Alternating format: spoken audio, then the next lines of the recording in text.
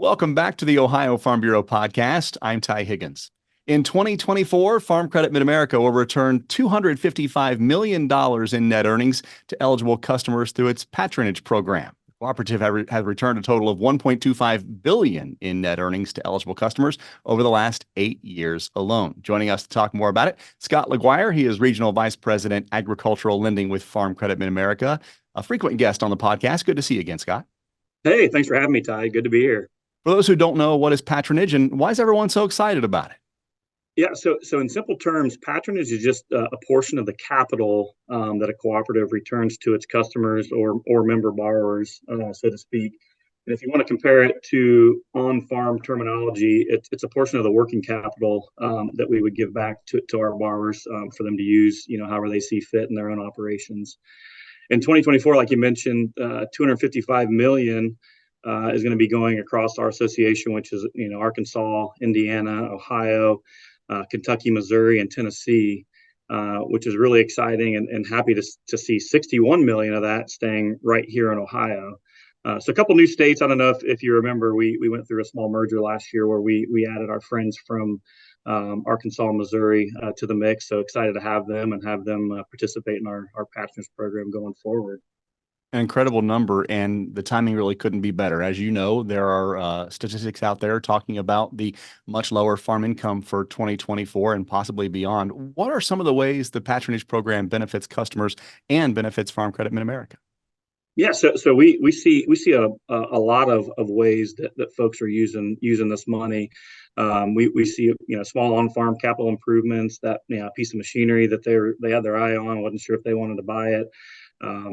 We see, pickup trucks. You drive by the lot and you see a pickup truck and you get a check and you think, that gave me a little extra shot in the arm. But what we see a lot of is the checks just come, right back into the office to pay down loans, put on their operating lines to kind of give them a boost going into the next planting season, which is, pretty conservative, but a good indication of the type of people that we do business with. And just to back up, we think that we go to market with some of the best rates and products already. To be able to give a portion of that back in March is pretty cool. And $1.3 billion is a big number. To see where we started in 2017, I think we gave around 28 million. And we've stair-stepped that up pretty rapidly to 255 million for this year. And so I got to mention the small print. The small print, or the fine print, so to speak, is the board votes on this every December. Whether we are, and then also how much, and so that's a trend that we expect and we're committed to keeping. But that'll just be a decision that we make each year. But really excited to be a part of it and glad to see it grow through these last few years. The patronage program is one thing. What are the other benefits of being a customer owner at Farm Credit Mid-America? Yeah, so each member can participate in our voting options. So board of director votes, nominating committee votes, and then anything else that comes up through the year. We send out ballots and allow people to share their opinion on other matters that might impact our association. We've got a lot of learning opportunities we've got a farms program where we partner with CIH. People could get some hedging and some grain marketing advice, crop insurance advice. We've got a growing forward program where we work with young, beginning, and small farmers. We've got a little bit more relaxed credit standards, access to our best rates, and we offer that in exchange for the participation in some learning opportunities or some seminars. Then we got our advocate council. We just wrapped that up here a couple weeks ago. We did the same week as the National Farm Machinery Show down in Louisville, and we brought all the advocates from the 6 states together to just give feedback, to meet one another, and engage with our leadership team. So pretty cool access for in a lot of different ways to education and training. So hearing all those examples, obviously there are going to be some listeners that want to find out more. How can they learn more about Farm Credit Mid-America and about the patronage program as a whole? Yep. So you can visit our website. We've made it a little easier this year. It's fcma.com/patronage. You can call your local retail office if you know that number, or if you don't know the number, call 1-800-444-FARM, and that'll get you to the closest office that you're located to. Scott LaGuire, Regional Vice President, Agricultural Lending with Farm Credit Mid-America. Always great to see you, and thank you for the insight. Yep. Thanks for having me, Ty. Find out how Nationwide Agribusiness can help you grow your business. Get to know the people with the experience and knowledge to help you. Whether you are looking to protect your farm or ranch from the ground up, or need someone who understands your changing commercial ag needs. Find out how to better manage the risks of your ag business, or how quickly you can get back to business. Learn how you can protect your next with Nationwide on your side. Sometimes out here, you have to speak loudly. Our voice alone may not have as much impact as we would like, but my voice and my voice can be heard and influential through membership in Ohio Farm Bureau. My voice, along with tens of thousands of Ohioans, makes a difference when it comes to legislation, regulation, or litigation that can be positive or potentially harmful to those of us in the agriculture community. Become a member today at ohiofarmbureau.org. Because there is strength and members. This is the Ohio Farm Bureau podcast. I'm Ty Higgins. How does your farm perform?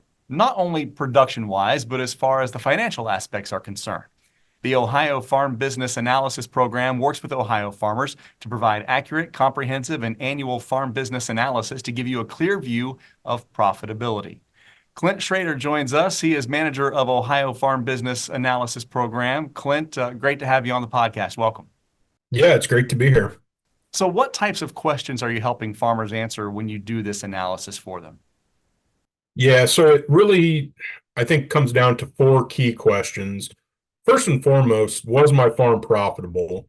I think I use the analogy, just because your tax returns said you made money or maybe didn't make money, that isn't necessarily an indicator of profitability. There's a lot more that goes into it. And so I think that's the first question that we want to answer is was my farm profitable? From there, our program kind of dives into different parts of the farm, what we would call our enterprise analysis. So looking at our different crops, which of our crops were most profitable?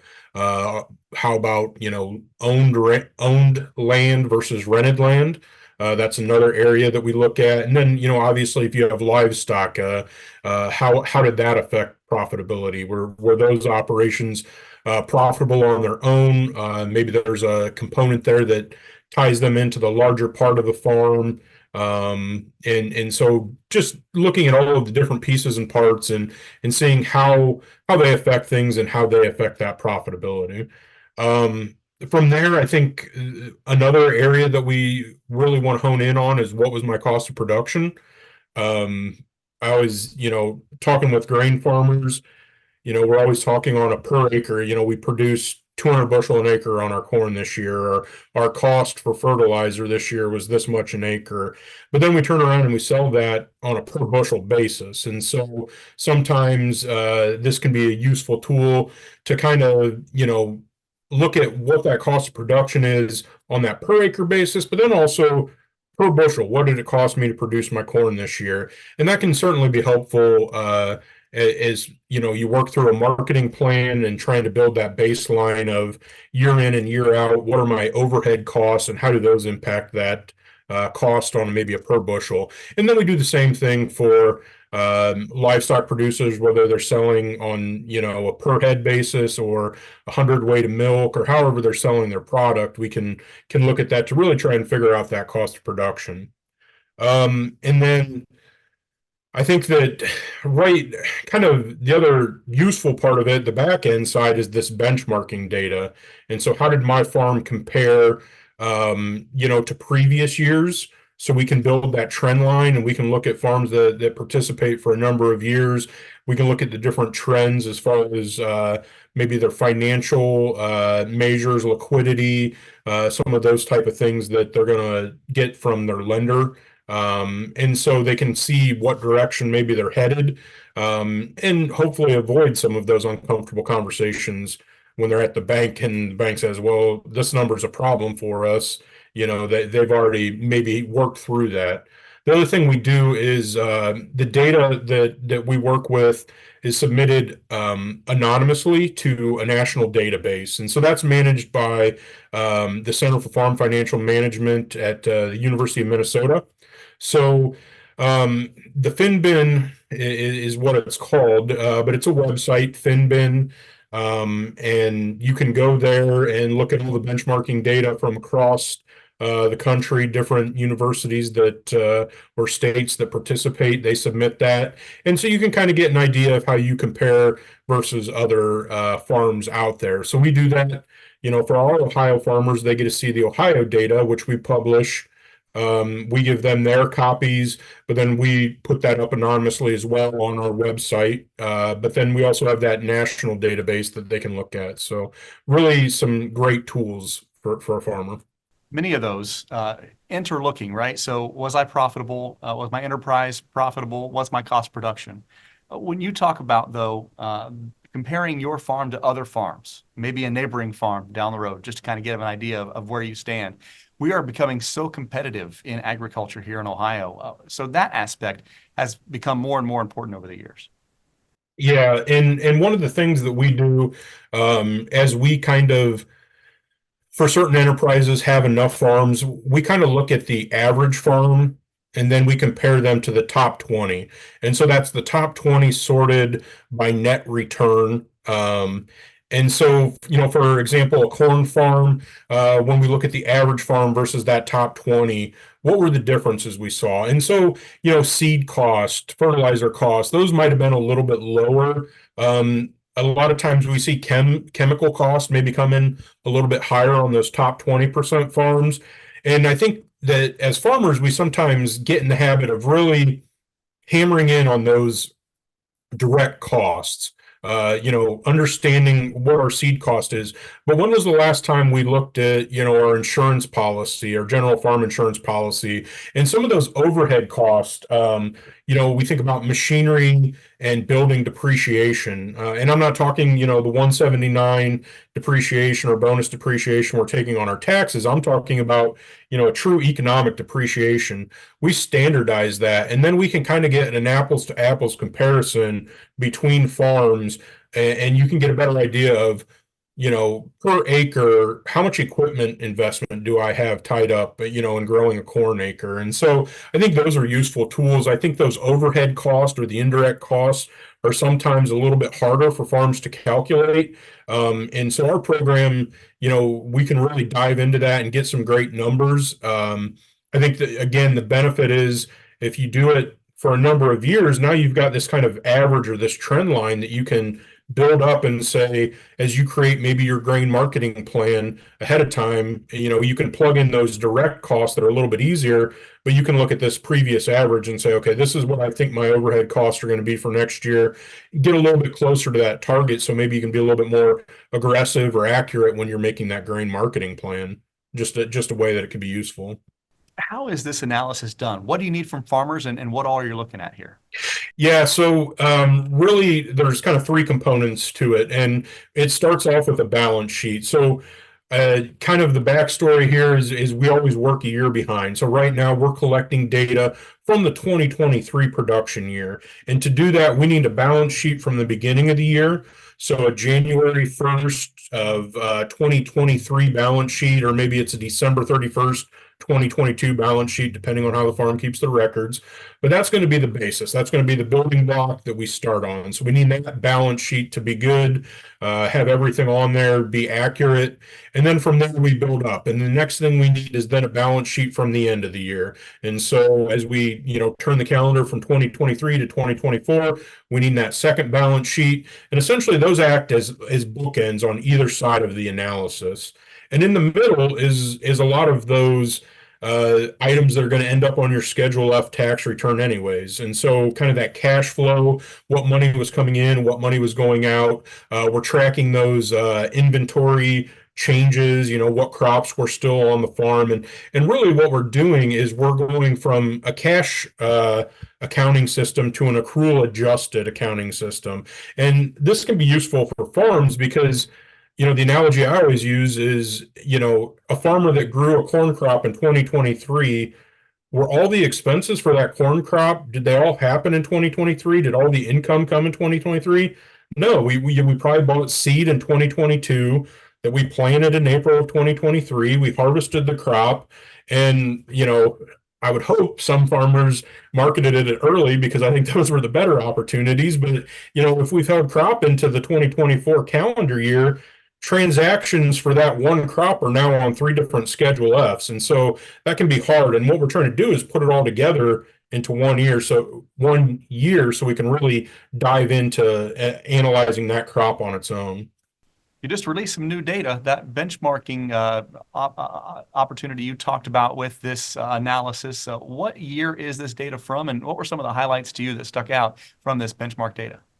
Yeah, so as I mentioned, we're operating a year behind. So the 2022 data is published. We generally have the first draft of that done before the Ohio Farm Science Review there in September. And I think we've just had the final draft went out right around the first of the year. But I think that the big takeaways that we had when we think about 2022 was just how profitable it was for Ohio farmers on the row crop side. We saw, profits per acre well above $100 per acre for corn and soybeans on our average farm. Even wheat was over $100 per acre profit on the average group. And so that's really, tremendous. It's not something we see every year.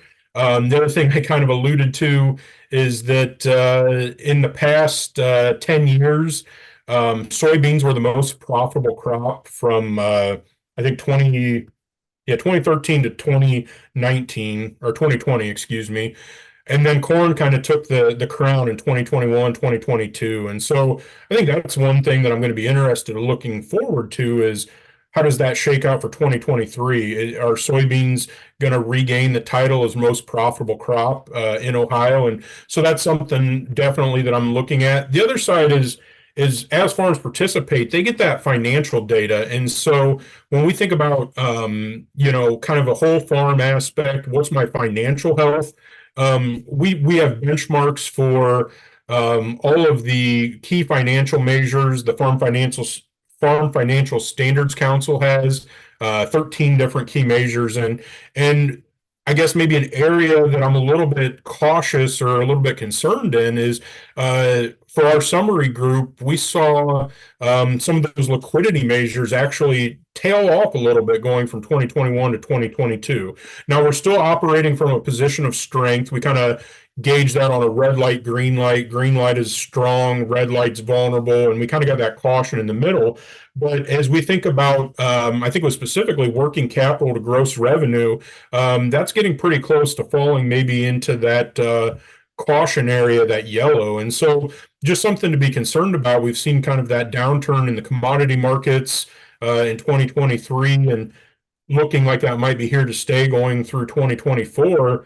I think that would be, something useful for farmers to know is where do I stand individually and am I, headed on a bad course if I don't change correction. So. You know as well as I do, it is hard for a farmer to change course and change direction on their farm year after year. How do you recommend farmers use this data you provide them?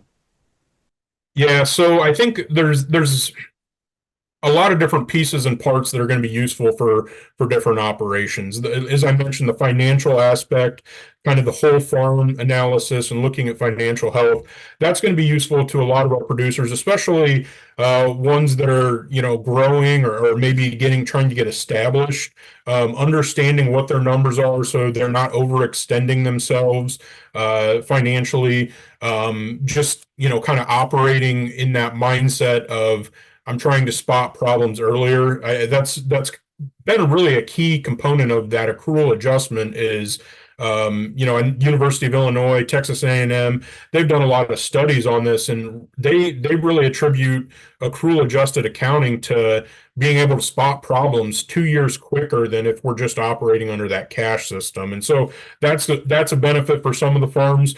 Other farms that participate, they want to see that benchmarking data. They want to see how they're comparing to other corn farmers or whatever that operation might be. They want to see where they compare. What are their areas for that maybe they need to improve? Is it their marketing plan?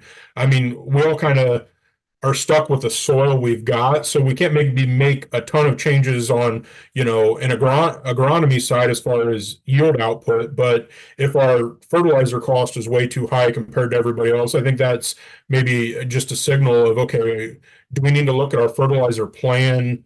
How are we applying this? Is there maybe a more cost-effective solution? And so there's something for everybody in the end. Is it really, I've got farms that are really excited about the financial numbers. They want to know that. And then I have others that they want to compare themselves to other farms as far as operations and what can they improve to maybe get that profitability up a little bit higher to be in that top 20%. You just said it. This analysis serves many purposes for farmers. Is there a cost associated with it? Yeah, so we're very fortunate that we've had grant funding from a USDA NIFA grant that's allowed us to do the analysis for $100 per farm. We often say that, if you tried to get this level of detail from a private accountant, you're probably going to end up closer to, $1,200, $1,500 invested. And so we're able to do it for the low cost of $100. We do, I guess I'll add in, we have some services that go above and beyond long range projection, cash flow analysis, farms that are starting out that are working on a business plan. And we do some of those services kind of on a per hour basis, but for just the standard financial analysis and enterprise analysis, we're at $100 per farm for that. Clint Schrader is with Ohio State. He's the manager of their Ohio Farm Business Analysis Program. Clint, for listeners that want to find out more, how can they do so? Yeah, so our website is farmprofitability.osu.edu. And then also we're on social media. Ohio Farm Business Analysis and Benchmarking is our Facebook, at OSU Farm Analysis on X is our handle there. So we're on social media or on the website. You can also find us through the farmoffice.osu.edu website. We're a part of that team as well. So we'll put those links on our website with this podcast at ohiofarmbureau.org. Clint, really appreciate your time. Thanks for the insights. Yeah, thank you, Ty. It was great to be here.